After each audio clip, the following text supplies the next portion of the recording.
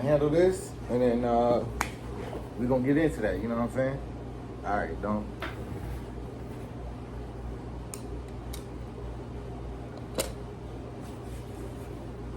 Yeah, baby. Aye. Damn.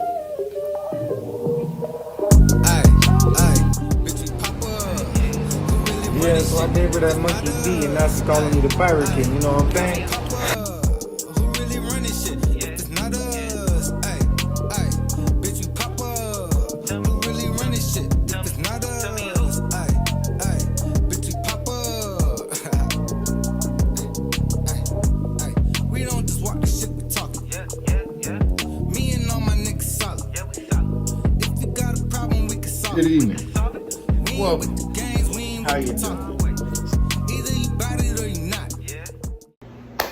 Good morning, good evening, good night, ladies and gentlemen. Welcome back to the Sly Report. Today we coming at you with the double edition for 11/27.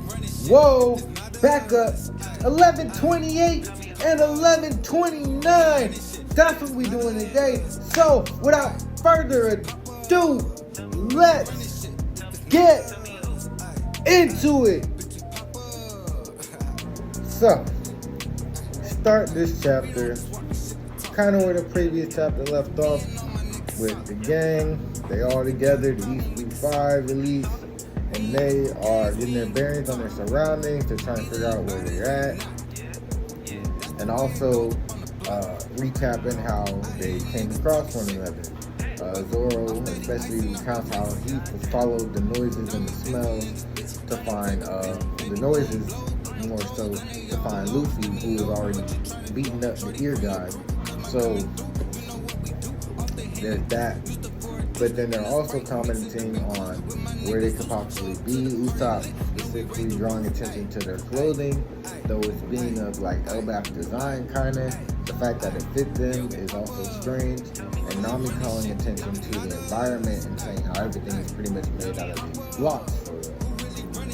So, and Sanji also said something as well, but I think it's about how the smell when they were cooking the actual meat, it's because of everything being made of the wax or the wax on the block, that's why the burning smell was weird. So, that's going on. But we gotta keep pushing because we got 2 chapters to get through, so we're not gonna stick on certain things too long, but we are gonna tell you what's happening. So ultimately, they decide to head into town and try and go ask somebody there what's going on. But before they can get too far in, they get intercepted by this guy riding a giant grasshopper. And Luffy begins to ask him questions like, where you at? Like, what's going on here? Can you explain some stuff? And before Luffy can get his questions answered, the guy's like, it's a lot of questions, but I don't really have time to stay and chat. There's a lot of stuff I gotta get to. I gotta get over there to the castle and all this other stuff. But he does give them a warning saying like, hey, this is the sun god's land, and that the land is full of other deities like the cat, which is called Iscat, or the needle god, which would be the hedgehog, or the ear god, the rabbit. So basically it's a land of deities, is what he's saying, and that it all belongs to this guy that is called the sun god. So he says this, and then while he's saying this, the crew is all looking to the side and like whistling off to each other because they all know about these creatures. They've all encountered these creatures already and defeated them. So they're like, we don't know nothing. And then Usopp's covering Luffy's mouth so he doesn't say anything to incriminate them. So it's just a little funny scene that goes on right there. But the guy continues. He's like, before you go, he's like, also heed this warning, don't follow this road all the way down. And Luffy's like, why? So the guy's like, and this is a quote, I'm gonna read it verbatim. He says, the Rabbit Guardians protect the Sun God's temple beyond that point. No one has ever ventured past there and returned to tell the tale. And then we get a horrified shot of Nami, and she's like, why would you say it like that? Please. And before she can even finish her sentence, we see Luffy's already over there fidgeting, and then he just runs off. And then that leaves the rest of the crew, and they're like, wait! Except for Zoro, because Zoro is also with that action, and he goes strutting off after Luffy, and subsequently the rest of the crew go running off after them, because they're just like, alright, we can't let them go get into trouble. We then cut over to Luffy, doing Luffy things, running down the road, full of excitement, ready for adventure, and the crew chasing right behind him. So, as he's running, in the distance, he sees somebody running towards him.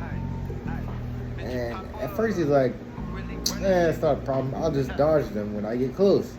But as he gets closer, he ends up running smack dab, face first, into a mirror and cracking it. And people in town are seeing this, back in the town are seeing this, they're like, the sky is cracking, it's falling, what's happening?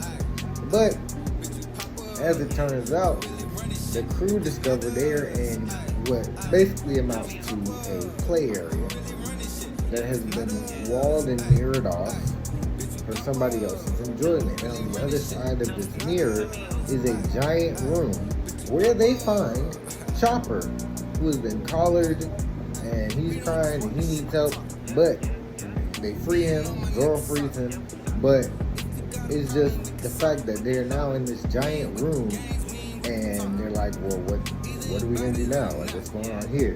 They're looking around, they're admiring, Usopp in particular is admiring the craftsmanship of the things that were made for this little caged off city. But ultimately they come to find like, okay, well, this is just, there's obviously a giant here because this is a giant room. And Usopp was like, well, obviously that means we must be on Elbaf at least, right? And Zoro, he's like, well, whoever's doing this is a sick hobby to have. But that's neither here nor there. But as the weakling trio is discussing what to do next amongst themselves, but also like in general, Usopp turns to Luffy and he's like, hey, are you listening to what we're talking about? And as he turns, he sees Luffy preparing to fight a giant snake. And Luffy's like, yeah, I hear you. I just figured I'd take care of this fish. And then, that causes Usopp, Nami, and Chopper to freak out. But upon calming down from the freak out, Nami notices there are actually giant mice. And then Sanji notices there's also a giant crow approaching as well, and they're all getting ready to attack. And then this is when they're like, okay, so these are supposedly the rabbit guardians that the people were talking about. But can't get stuck here because we must continue. So we then cut over to the perspective of this sun god as he is walking down a hall, approaching the room where we find the guys to be at. So, as he's approaching, here's a commotion. Here's someone yelling about fires and things going crazy and haywire. And then as he opens the door to see a fire raging in the room. Luffy is in gear fist, squaring up with a snake, laughing his ass off. And then Zoro is getting ready to go and take care of this crow off in the background also. So he's just like, what's going on in here? This sun god dude, it's like, what's going on in here? What's happening? Because everything is going haywire. So as things are going haywire, the sun god has bursted in. Usopp notices and he tells Luffy that, hey, the sun god is here, and Luffy is looking off and he notices. But as this is happening, Zoro has dispatched of the crow. And the crow, we find out, is named Mugen because the sun god calls out his name as Zoro dispatches him. Then we see Luffy wind up and KO the snake. The snake's name is Hilmengander. He KOs the snake with a booming dong pistol.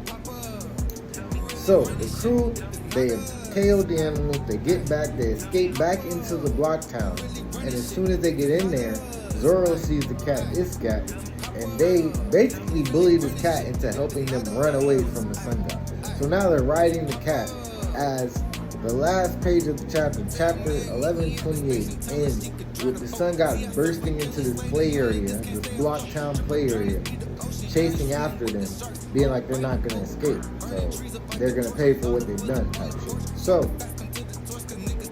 that is where this chapter ends. We will be right back with 1129. So, chapter 1129 starts with the sun god going on an angry rant for what's been done to his room and to his pets. And he doesn't say room or pets, he calls it the temple and the guardians, but he starts to say room and pets, so it's room and pets. But cut back to the crew as they're escaping, and they're on the back of Iscat, and Luffy, he's admiring the block world. He's like, wow, it must have really taken a lot for him to do this. So he tells the cat, he's like, hey, do your best not to break stuff while you're, getting us out of here. So he does have respect for the world that's been built here and the people that are actually living here. So he's like, don't break it up too much, but still, get us out of here.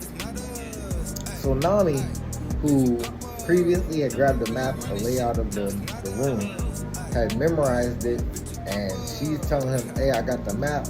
We just need to keep going straight. We're going to hit another wall, and then we should be able to bust through that and get out of here. So the sun god is trying to catch them in a net that comes out of the staff that he's wielding. And he does initially catch them while saying that they have no hope of escaping for it. Because, a room built for a giant, you're not going to get out of here. So he thinks he's got them, but he doesn't, because Zoro and Sanji do attacks and they break out the net, and this surprises the sun god because he's like, wow, they were able to break that net. That's crazy. But he's still kind of confident that things are gonna work out, because he's like, all right, they still gotta get past the ear god or whatever. And that's when some of the citizens of the block town, they're like, actually, the ear god, he's already kind of dead. So there's that. And then that's when the sun god starts to really understand the situation. He's like, wow, they defeated it? How? But he's just like, man, it's crazy. So while he's in contemplation, some of the other citizens, they're like, okay, this may be our chance to escape. And while they're thinking about, okay, this may be our chance to escape, the sun god goes into a tirade. He's like, he starts going to this whole spiel, this whole speech, playing up the godhood aspect of himself at the moment, because he's like, all right, well, I gotta play into this. So he's doing that, and people are like, all right, well, while he's distracted, let's try and get out while these guys are trying to get out. So suddenly, he's like,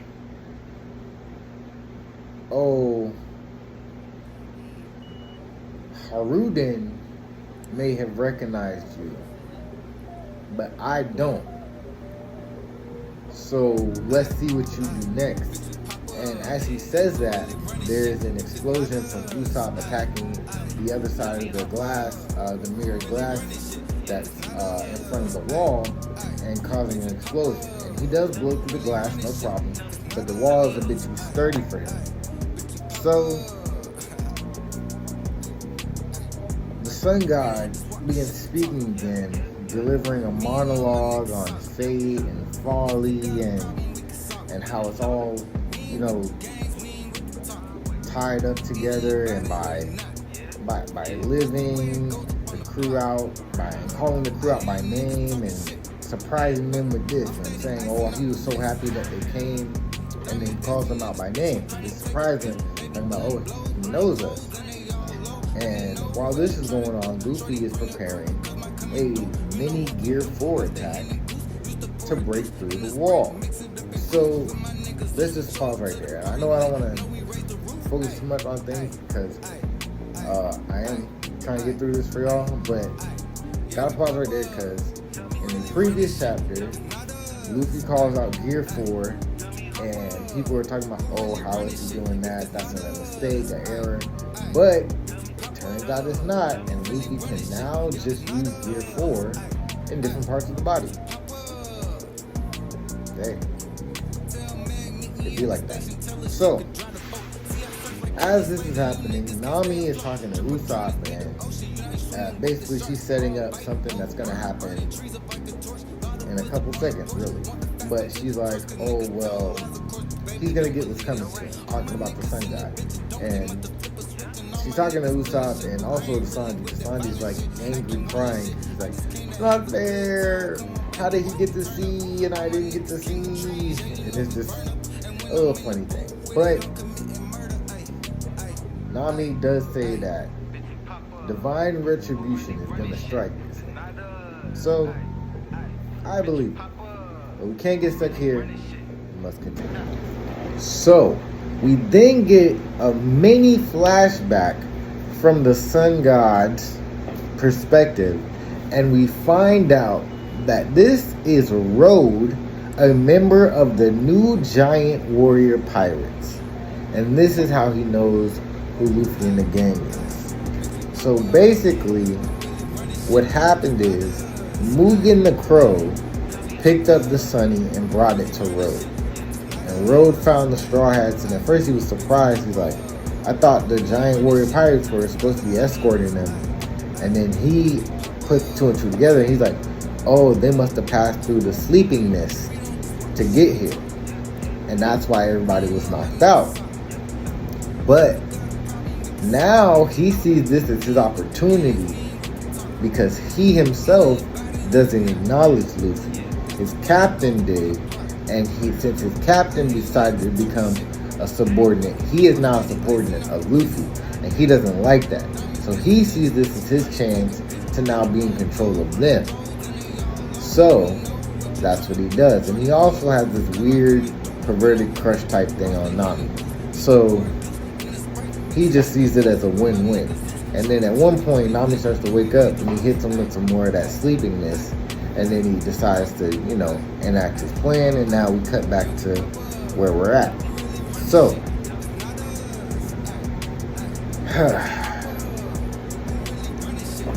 as we cut back to the present, it is revealed that Nami has set up Zeus on the ceiling of this room.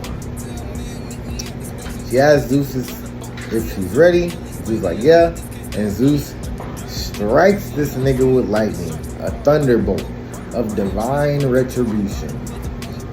And as Zeus is doing that, Luffy hits the Gear 4 mini Kong gun through the wall, and they have officially escaped. We don't see what they see, but we do see that Luffy is excited. So, that is where this chapter ends, and that is where I will leave you for today.